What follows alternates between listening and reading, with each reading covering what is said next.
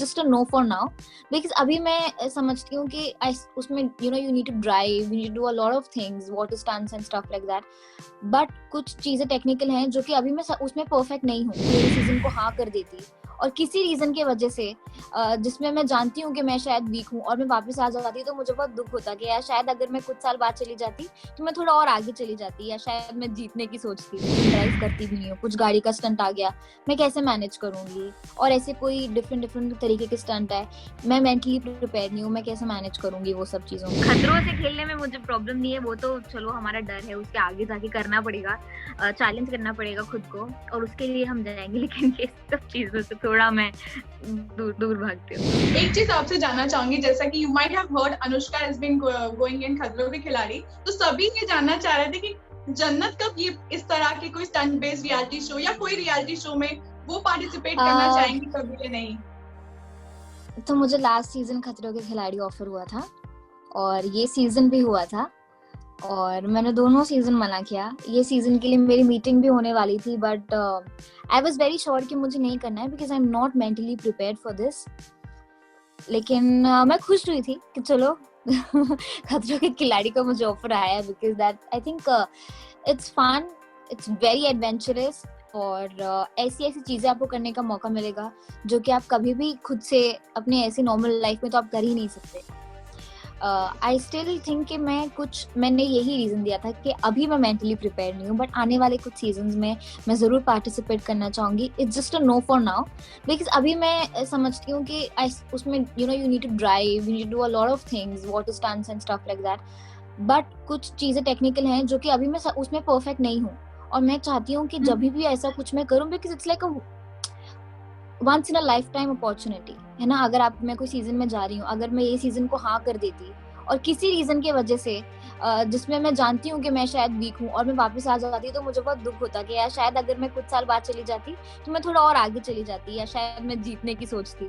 लेकिन अभी it's just that मैंने यही सोचा कि यार मैंने गाड़ी चलाना सीखा है अभी 2 साल पहले, और मैं ऐसे कुछ ऑफन ड्राइव करती भी नहीं हूँ, कुछ गाड़ी का स्टंट आ गया, मैं कैसे मैनेज करूंगी, और ऐसे कोई डिफरेंट तरीके के स्टंट है, मैं मेंटली प्रिपेयर नहीं हूँ, मैं कैसे मैनेज करूंगी वो सब चीजों को।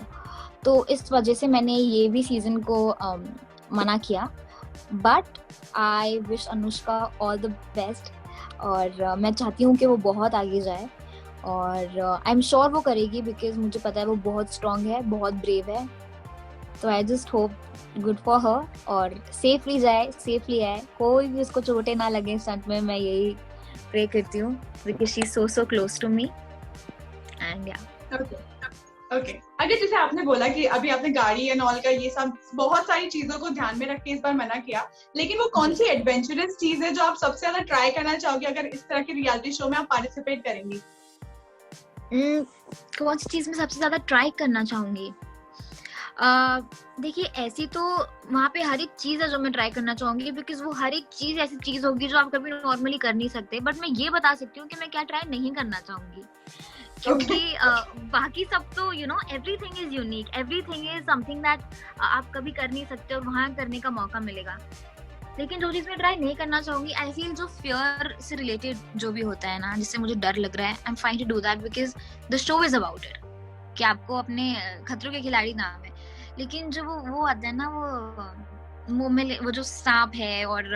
इंसेक्ट्स हैं, मतलब वो जो जहाँ पर थोड़ी सी गिन आने लगती है ना, जैसे कि मैंने फियर फैक्टर जब मैं देखती थी, तो फियर फैक्टर में एक स्टंट आया था कि उन लोगों को ना व्हाइट चूहे दिए थे, उसको मिक्सर में उन्होंने ग्राइंड किया था किसी उसके साथ, और वो उसको पीना था, खाना था, मतलब वैसी कुछ चीजें हैं जो कि उसमें डर तो नहीं लगता है, बट उसमें बहुत गंदा लगता है। सो आई थिंक उससे रिलेटेड कुछ भी ऐसा है, तो वैसा कुछ भी मैं नहीं करना चाहूंगी। से एक और कोई तो स्टंट था जिसमें कोई एग था कुछ तो, और वो एग को कच्चा ऐसे खाना था तो वो सब टाइप की कुछ चीजें जो आई थिंक मैं बिल्कुल नहीं करना चाहूंगी। खतरों से खेलने में मुझे प्रॉब्लम नहीं है, वो तो चलो हमारा डर है, उसके आगे जाके करना पड़ेगा, चैलेंज करना पड़ेगा खुद को, और उसके लिए हम जाएंगे, लेकिन ये सब चीजों से थोड़ा मैं दूर भागती हूँ। क्योंकि आपके पेरेंट्स कितने कंफर्टेबल है अगर आप इस शो में पार्टिसिपेट करोगे? तो for I think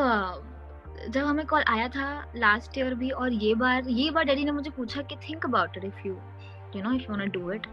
But then again he said that he was the one to say that जन्नत देखो ये सब जो अपॉर्चुनिटीज हैं आपको once in a lifetime मिलेंगी. अगर आप ये सीजन चली जाती हो अभी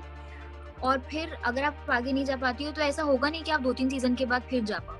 तो एक बार अच्छे से माइंडसेट कर लो और ब्रेव हो जाओ और स्ट्रांग हो जाओ, थोड़ा अपना स्ट्रेंथ बढ़ाओ. तो वो भी चाहते हैं कि अगर मैं ऐसी कोई भी चीज कर रही हूँ तो हम प्रॉपर वेल इक्विप्ड और प्रॉपर प्लानिंग से जाएं, प्रॉपर तैयारी के साथ जाएं. तो अभी मुझे सही में लगता है कि मेरी इतनी स्ट्रेंथ भी नहीं है और कुछ चीजें हैं जिसमें मैं टेक्निकली इतनी स्ट्रांग नहीं हूँ. तो इस वजह से हमने डिसाइड किया कि हम अभी फिर मना करेंगे और इंशाल्लाह आने वाले कुछ सीजन में जब हमें लगता है कि मैं उसके लिए पूरी तरह से तैयार हूँ, रेडी हूँ, प्रिपेयर्ड हूँ, तो फिर जरूर करेंगे.